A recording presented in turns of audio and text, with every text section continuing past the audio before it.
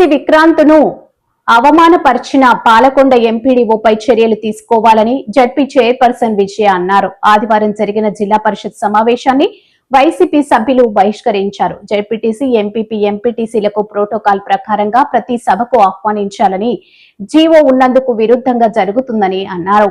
జిల్లా పరిషత్ లో general body సమావేశం జరుగుతుంది.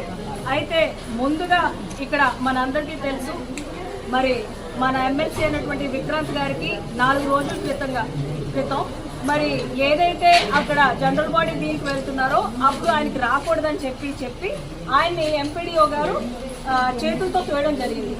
మరి ఈ రోజు మేము అడిగాం సభలో ఏంటి అంటే, ఇవాళ ఒక ఎమ్మెల్సీ లాంటి స్థాయి వ్యక్తికే ఒక ప్రోటోకాల్ లేకపోతే సామాన్యమైనటువంటి ఎంపీటీసీ పరిస్థితి ఏంటి, జడ్పీటీసీ పరిస్థితి ఏంటి, ఎంపీపీ పరిస్థితి ఏంటి, మరి స్థానికంగా ఉన్న మరి ఎవరైతే నాయకులు ఉన్నారో మా అందరికీ కూడా ఈ రోజు కూటమి ప్రభుత్వం వచ్చిన తర్వాత ఎక్కడా కూడా ఒక ప్రోటోకాల్ అనేది ఇవ్వడం లేదు. గత జనరల్ బాడీలో మరి గౌరవ అచ్చెన్నాయుడు గారు వచ్చి దీని మీద చాలా పెద్ద క్లాసే పీకారు. ఏంటి అంటే, మీ అందరికీ ప్రోటోకాల్ వర్తిస్తుంది, ఇది అందరికీ ప్రోటోకాల్ ఇవ్వాలి అని అందరికీ అధికారులు చెప్పినప్పటికీ కూడా అది ఎక్కడా కూడా మాటల రూపంలోనే ఉంది తప్ప ఎక్కడా ఎవరూ పిలవడం లేదు. ఇది మా అందరినీ అగౌరవపరిచినట్టే అని చెప్పాలి. ఒక జిల్లా పరిషత్ చైర్మన్ గా, ఒక ఇచ్చాపురం నియోజకవర్గానికి ఒక ఇన్ఛార్జ్ గా ఆర్డబ్ల్యూఎస్ స్కీమ్స్ ఏవైతే ఉన్నాయో వాటన్నిటికీ ఫండింగ్ కూడా జిల్లా పరిషత్ ఇస్తుంది.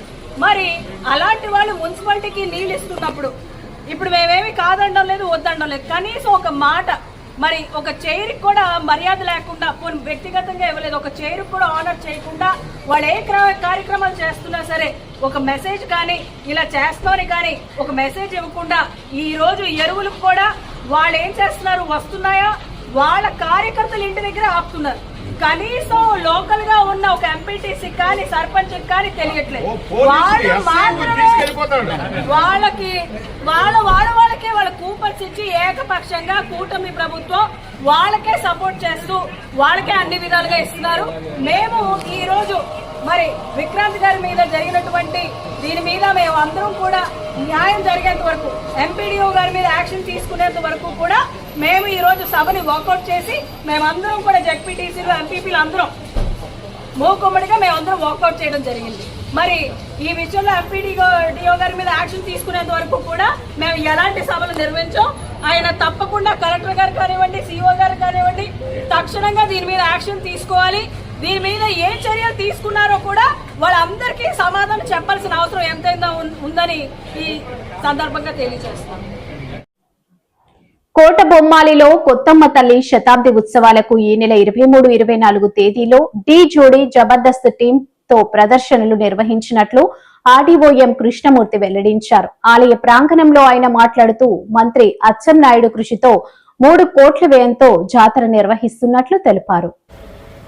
ఈ రెండుతో పాటు ఎప్పుడు జరిగే సాంస్కృతిక కార్యక్రమాలు డి జబర్దస్త్ టీంతో 23, 24 తారీఖున ప్లాన్ చేయడం జరిగింది. లేజర్ షో కూడా 24వ తారీఖున ప్లాన్ చేయడం జరిగింది. Laser beam, projection beam, atmospheric beam ద్వారా పబ్లిక్కి లేజర్ యొక్క కనుల విందు కనిపించాలనే ఉద్దేశంతో 24వ తారీఖున ప్లాన్ చేయడం జరిగింది.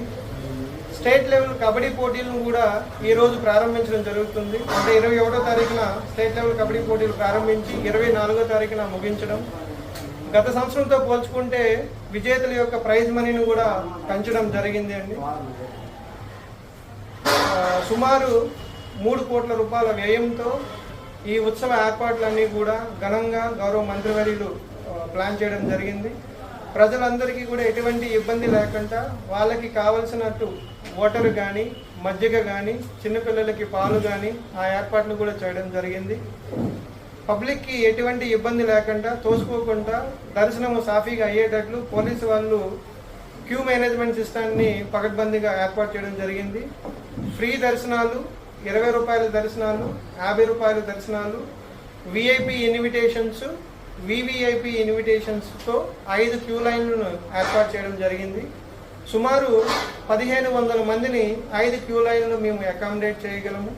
సో వస్తున్నటువంటి భక్తులకు ఎటువంటి ఇబ్బంది లేకుండా అమ్మవారి దర్శనము అయ్యేటట్లు పోలీసుల వారు తగు చర్యలు తీసుకోవడం జరిగింది. విఐపి ఇన్విటేషన్ ఎవరికైతే ఇచ్చారో ఆ ఇన్విటేషన్ తీసుకొని వస్తే ఆ రోజు గుడి దగ్గర నుంచి విఐపి ఇన్విటేషన్ స్పెషల్ లైన్ ద్వారా వాళ్ళకి దర్శనము కల్పించడం జరుగుతుంది. ఫ్రీ 20 రూపాయలు, 50 రూపాయలు 3 లైన్లు ఒక దగ్గరే ప్రారంభం అవుతాయి. సో ప్రజలందరూ కూడా దీన్ని అర్థం చేసుకొని అధికార యంత్రాంగానికి సహకరిస్తే అందరికీ కూడా దర్శన భాగ్యం, అమ్మవారి దర్శన భాగ్యం బాగా కలిగేటట్లు అధికార యంత్రాంగం అంతా కూడా కృషి చేస్తుందండి. పోలీసు వారు సుమారు 1000 మంది మన జిల్లా కాకుండా చుట్టుపక్కల ఉన్న 4 జిల్లాల నుంచి పోలీస్ ఫోర్స్ని డ్రా చేసి స్పెషల్ పార్టీని, రోప్ పార్టీని పెట్టి ఎటువంటి ఇబ్బంది లేకుండా ప్రజలందరికీ కూడా సాంస్కృతిక కార్యక్రమాల్లో కానీ దర్శనంలో కానీ ఎటువంటి ఇబ్బంది లేకుండా చేయడం కోసము గౌరవ కలెక్టర్ గారు, ఎస్పీ గారు ఆదేశాల అనుసారము అన్నీ కూడా చేయడం జరిగింది అండి. కార్మికుల, శ్రామికుల, ఉద్యోగుల, మహిళా కార్మికుల హక్కులను కాలరాసే 10 గంటల పని విధానంను రద్దు చేయాలని జిల్లా కార్మిక సంఘాల ఐక్యవేదిక జిల్లా కార్యదర్శి రామ్మూర్తి నాయుడు డిమాండ్ చేశారు. సోమవారం స్థానిక పాలకొండ సెంటర్లో కార్మికులు ధర్నా నిర్వహించారు. 8 గంటల పని విధానాన్ని కొనసాగించాలని నినాదాలు చేశారు. అసెంబ్లీలో 13 గంటల పనిదినాన్ని ఆమోదిస్తూ చేసిన చట్టాన్ని వెంటనే ఉపసంహరణ చేసుకోవాలి. రాష్ట్ర ప్రభుత్వం కార్మిక వ్యతిరేక చర్యల్ని తక్షణమే ఆపాలని చెప్పి కార్మిక సంఘాల ఐక్యవేదిక డిమాండ్ చేస్తుంది. రాష్ట్ర ప్రభుత్వం గత సంవత్సరాల కాలంగా కార్మికుల సమస్యలు, కష్టజీవుల సమస్యలు పట్టించుకోకుండా ఈ రాష్ట్రంలో మొత్తం కార్మిక వర్గానికి తీవ్రమైనటువంటి అన్యాయం చేస్తుంది. అంతేకాకుండా ఈవేళ అనేకేళ్లుగా పోరాడి సాధించుకున్నటువంటి 8 గంటల పనిదినాన్ని కాలరాస్తూ ఇవాళ 13 గంటల పనిదినాన్ని అమలు చేయాలని చూస్తుంది. ఇది దుర్మార్గమైన వైఖరి. దీన్ని తక్షణమే మానుకోవాలని చెప్పి మేము డిమాండ్ చేస్తున్నాం. అనేకేళ్లుగా కనీస వేతనాల సవరణ లేకుండా, కార్మికుల కనీస వేతనాలు అమలు చేయకుండా ఈ ప్రభుత్వాలు కార్మికులతో తీవ్రంగా పనిచేయించుకుంటున్న పరిస్థితుంది. ఈవేళ ఫ్యాక్టరీల్లో గానీ, ప్రైవేట్ సంస్థల్లో గానీ, అదేవిధంగా షాపుల్లో గానీ పనిచేస్తున్న కార్మికులకి 10 గంటలతో నిమిత్తం లేకుండా ఎప్పటికీ కార్మికులతో పనిచేయించుకుంటూ పరిస్థితుంది. ఈవేళ ఈ చట్టాన్ని గానీ రాష్ట్ర ప్రభుత్వం అమలు చేస్తే భవిష్యత్తులో కార్మికులకి అసలు 10 గంటలే లేకుండా పోయే పరిస్థితి వస్తుంది. దీన్ని రాష్ట్ర ప్రభుత్వం తక్షణమే రద్దు చేయాలి. లేకపోతే రాష్ట్ర వ్యాప్తంగా కార్మికుల తాలూకా వ్యతిరేకత చేపట్టవలసి వస్తుందని చెప్పి హెచ్చరిస్తున్నాం. రాష్ట్ర ప్రభుత్వం పారిశ్రామికవేత్తల సేవల మనుగడ కాదు, ఈ రాష్ట్రంలో అనేక సేవలు చేస్తున్న ఉద్యోగులు, కార్మికులు, కష్టజీవులు సమస్యల పరిష్కారం చేయాలి. వాళ్ళ దిశగా రాష్ట్ర ప్రభుత్వం ఆలోచించాలి. ఈవేళ రాష్ట్ర ప్రభుత్వం ఏదైతే చట్టం 13 గంటలు తీసుకొచ్చిందో దాన్ని కౌన్సిల్లో ఈవేళ పట్టబోతున్నారు. ఈవేళ కౌన్సిల్లో ఆ చట్టానికి వ్యతిరేకంగా వైసీపీ తన ఓటు వేయాలి, కార్మికుల పక్షపాతని చెప్పి నిరూపించుకోవాలని చెప్పి మేము డిమాండ్ చేస్తున్నాం. అసెంబ్లీలో కార్మిక సమస్యలు గాని, కష్టజీవుల సమస్యలు గాని, ప్రజల సమస్యలు గాని దానికి వదిలేసి ఈవేళ పారిశ్రామికవేత్తల వారికి అనుకూలంగా కార్మిక చట్టాలను మార్చడానికి నరేంద్ర మోడీ ప్రభుత్వం తీసుకొచ్చినటువంటి ఏ చట్టాలైతే ఉన్నాయో దుర్మార్గమైనవి వాటిని అమలు చేయడమే పనిగా ఈ రాష్ట్ర ప్రభుత్వం పనిచేస్తుంది. దీని వైఖరి మార్చుకోవాలని చెప్పి డిమాండ్ చేస్తున్నాం. లేదంటే దీని మీద పెద్ద ఎత్తున పోరాటానికి సిద్దమవుతాం. విజయనగరం జిల్లా సంతకవటి మండలం మందరాడ గ్రామంలో ప్రేమ పేరుతో మరో యువతి మోసపోయింది. విజయనగరం జిల్లా సంతకవటి మండలం మందరాడ గ్రామంలో ప్రేమ పేరుతో మరో యువతి మోసపోయింది. స్వచ్ఛంద సంస్థలు, పోలీసులు, మహిళా కమిషన్ సభ్యులు నేటి యువతరానికి ఎన్నిసార్లు కౌన్సిలింగ్ చేస్తున్నప్పటికీ అబ్బాయిల కళ్ళబొల్లి కబుర్లు, మాయమాటలు చెబుతూ అమ్మాయిలను వశపరుచుకొని వాళ్ళ మోజు తీరాక ముఖం చాటేస్తున్నారు. ఇలాంటి సంఘటనలు ఎన్నో జరుగుతున్నాయని చెప్పడానికి వెలుగులోకి వచ్చిన ఈ సంఘటన ఒక ఉదాహరణ. యువతిని మోసం చేసిన ఆర్మీ జవాన్ సతీష్, ఇద్దరు మండరాడ గ్రామానికి చెందిన వారే. 7 నెలలుగా వీరి ప్రేమ పరిచయం కొనసాగుతుంది. తను ఉద్యోగం చేస్తున్న దగ్గరకు యువతిని రావాలని కోరిన జవాన్ సతీష్ ఏమీ ఆలోచించకుండా వెళ్లిపోయిన యువతి. అస్సాం రాష్ట్రంలో ఆర్మీ ఉద్యోగిగా విధులు నిర్వహిస్తున్నాడు. యువతి గర్భం దాల్చడంతో పెళ్లి ఎప్పుడు చేసుకుంటావని యువతి అడగడంతో కులం పేరుతో అడ్డు చెప్తున్న సతీష్. అప్పుడు యువతి మోసపోయానని గమనించి తనను సతీష్ అనే యువకుడు మోసం చేశాడని పోలీసులను ఆశ్రయించింది. కేసు నమోదు చేసి దర్యాప్తు చేస్తున్న పోలీసులు నాకు ఆ అబ్బాయితో పెళ్లి జరగాలి లేకపోతే చావే గతి అని బొర్రబెట్టుకుంటున్న యువతి. మంగాడ గ్రామం సార్, నేను మంగాడ గ్రామంలో సతీష్ అనే అబ్బాయితో ప్రేమలో ఉన్నాను. గత 7 నెలలుగా తనతో ఫోన్ మాట్లాడడం కట్ట చేశాను. తర్వాత ఆ అబ్బాయి అస్సాం రైఫిల్స్లో వాలంటీర్గా జాబ్ చేస్తున్నారు 8 సంవత్సరాలుగా.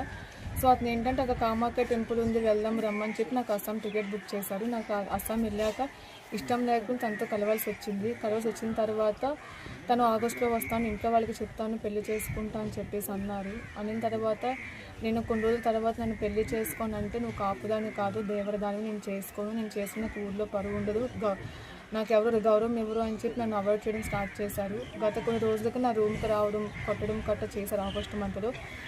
తర్వాత నేను ఆ బాధలన్నీ నేను చూసి తర్వాత ఎస్ఐ గారికి నేను కంప్లైంట్ చేశాను. ఎస్ఐ కంప్లైంట్ చేసిన తర్వాత కూడా ఎస్ఐ గారు అబ్బాయికి ఒక 10 రోజులు టైం ఇచ్చారు, వచ్చి అమ్మాయిని పెళ్లి చేసుకోమని చెప్పారు. అతను చేసుకుంటా అని చెప్పిన తర్వాత 3 డేస్ బ్యాక్ నేను రాను, నాకు లీవ్స్ లేవు, ఏం చేసుకుంటావు చేసుకో అని చెప్పేసి నాకు ఫోన్లో చెప్పేశారు. వైఎస్ఆర్ కాంగ్రెస్ పార్టీ ప్రభుత్వ కాలంలో రాష్ట్రంలో 17 కొత్త మెడికల్ కాలేజీలు స్థాపించబడ్డాయి. ప్రతి జిల్లాలోనూ మెడికల్ కాలేజీ ఉండాలన్న కలను నిజం చేసినదని వైఎస్ఆర్సీపీ ప్రభుత్వం. వైఎస్ఆర్ కాంగ్రెస్ పార్టీ ప్రభుత్వం కాలంలో రాష్ట్రంలో 17 కొత్త మెడికల్ కాలేజీలు స్థాపించబడ్డాయి. ప్రతి జిల్లాలోనూ మెడికల్ కాలేజ్ ఉండాలన్న కలను నిజం చేసినది వైఎస్ఆర్సీపీ ప్రభుత్వం. ఈ కాలేజీల వల్ల వేలాది మంది విద్యార్థులకు వైద్య విద్యావకాశాలు లభించగా ప్రజలకు నాణ్యమైన ఆరోగ్య సేవలు అందుబాటులోకి వచ్చాయి. కానీ ప్రస్తుత కూటమి ప్రభుత్వం వైఎస్ఆర్సీపీ ప్రభుత్వం వేసిన బాటలో వచ్చినా వాటిని తాము చేసిన పనుల్లో ప్రైవేటైజేషన్ వైపు మళ్లిస్తోంది. ప్రజల ఆరోగ్యాన్ని వ్యాపారంగా మార్చే ప్రయత్నం జరుగుతోంది. ప్రజల కోసం స్థాపించిన కాలేజీలు ఇప్పుడు లాభాల కోసం కార్పొరేట్ చేతుల్లోకి వెళ్తే పేదవాడికి వైద్య విద్య వైద్య సేవలు అందుబాటులో ఉండవు. ఇది ప్రజలతో ద్రోహం చేయడమే. ప్రజలకు హక్కుగా ఇచ్చిన ఆరోగ్యాన్ని చదువు అవకాశాలను అమ్మే ప్రభుత్వానికి గట్టి బుద్ధి చెప్పేది ప్రజలే. వైఎస్ఆర్సీపీ మహిళా విభాగం Ullala Bharati Divya BTech, D pharma, LLB, LLM, Srikakulam జిల్లా మహిళా ప్రెసిడెంట్ మరియు ఇచ్చాపురం మున్సిపల్ వైస్ చైర్పర్సన్. నమస్కారం, నేను ఉల్లాల భారతి దివ్య, శ్రీకాకుళం జిల్లా మహిళా ప్రెసిడెంట్. మన రాష్ట్రంలో మళ్ళీ కూటమి ప్రభుత్వం పేదవాడి నడ్డి విరిగేలా, చాలా పేద ప్రజలకి ద్రోహం కలిగేలా మరొక నిర్ణయం తీసుకోబోతుంది. అదే మన వైఎస్ఆర్సీపీ ప్రభుత్వంలో జగనన్న ప్రతి ఒక్క జిల్లాలో కూడా ఒక మంచి మెడికల్ కాలేజ్ ఉంటే అక్కడున్న ఒక పేద విద్యార్థులకి మంచి నాణ్యమైన వైద్య విద్య అందుతుందని, అలాగే పేద ప్రజలకు మెరుగైన వైద్య సేవలు అందించవచ్చని, ఆ జిల్లాలోనే కాకుండా ఆ చుట్టుపక్కల ఉన్న గ్రామాలకు కూడా పేద ప్రజలకు మంచిగా వాళ్ళు ఆ అవకాశాన్ని సద్వినియోగం చేసుకుంటారన్న ధ్యేయంతో ఆయన మంచిగా ఒక బాట వేశారు.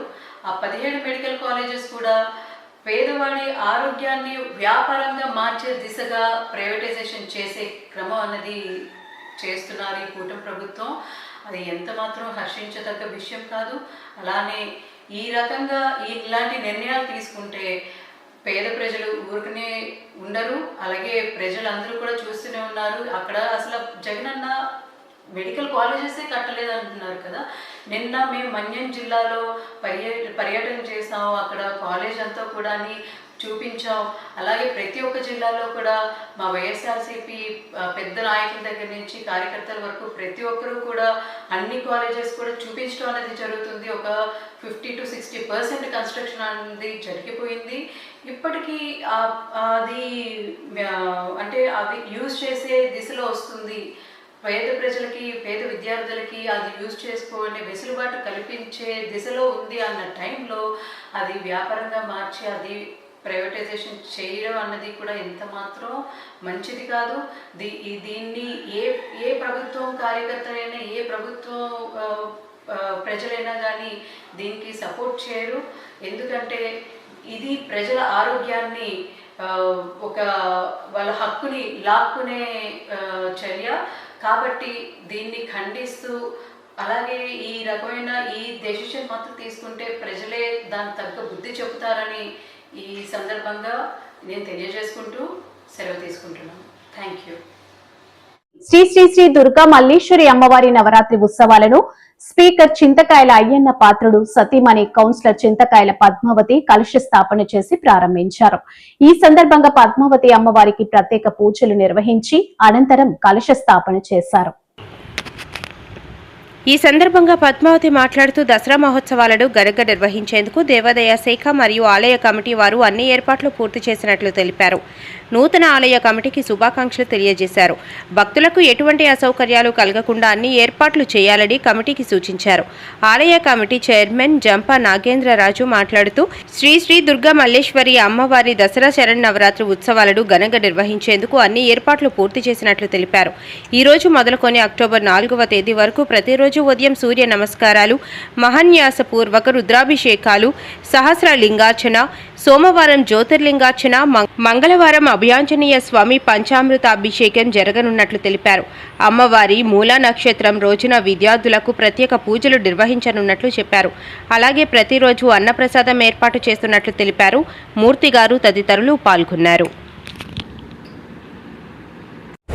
అందరికీ నమస్కారం అండి. మరి ఈరోజు దసరా మహోత్సవాలు స్టార్టింగ్ రోజు కలశం స్థాపన ఈరోజు జరిగింది. అలాగే నవరాత్రులు కూడా 9 రోజులు కూడా ఏదో ప్రోగ్రాం పెట్టడం జరిగింది కమిటీ వారు.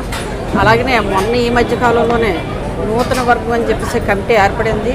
చైర్మన్ రాజు గారి సమక్షంలో కమిటీ సభ్యులందరూ కూడా చాలా చక్కగా చేస్తున్నారు. ఎందుకంటే ఈ పాత ఉత్సవాలకు ఇప్పటికీ డిఫరెంట్ కనిపించింది. నేను ఏదేమంటున్నానంటే ప్రతి ఒక్కరు కూడా 60,000 మంది జనాభాలో 60-70,000 మంది జనాభాలో మీకే కమిటీ అమ్మవారు కల్పించారంటే మీరు అదృష్టవంతులుగా భావించి మీ సేవా దృక్పథంతో మీ కమిటీ వారు అందరూ కూడా ఇక్కడ చక్కగా నిర్వర్తించాలని కోరుకుంటున్నాం. పాత రోజుల్లాగా ఎప్పుడూ కూడా ఈ టెంపుల్లో ఏ ప్రాబ్లము లేదని అనిపించుకొని చక్కగా ఈ కమిటీ వారు అందరూ కూడా ఈ 9 రోజుల నవరాత్రులే కాకుండా ప్రతిరోజు కూడా ఆధ్యాత్మికతతో ప్రతి ఒక్కరూ కాపాడాల్సిన అవసరం ఉంది టెంపుల్ని. ఇక్కడ టెంపుల్ అనేది పాలిటిక్స్కి దీనికి సంబంధం లేదు. మీరందరూ ఆలోచించుకోవాల్సిన అవసరం ఏంటంటే ప్రతి భక్తులకు కూడా మీరు సౌకర్యం కల్పించి అన్నదాన కార్యక్రమం అంటే ఇవన్నీ కూడా కల్పించాలని కోరుకుంటున్నాం.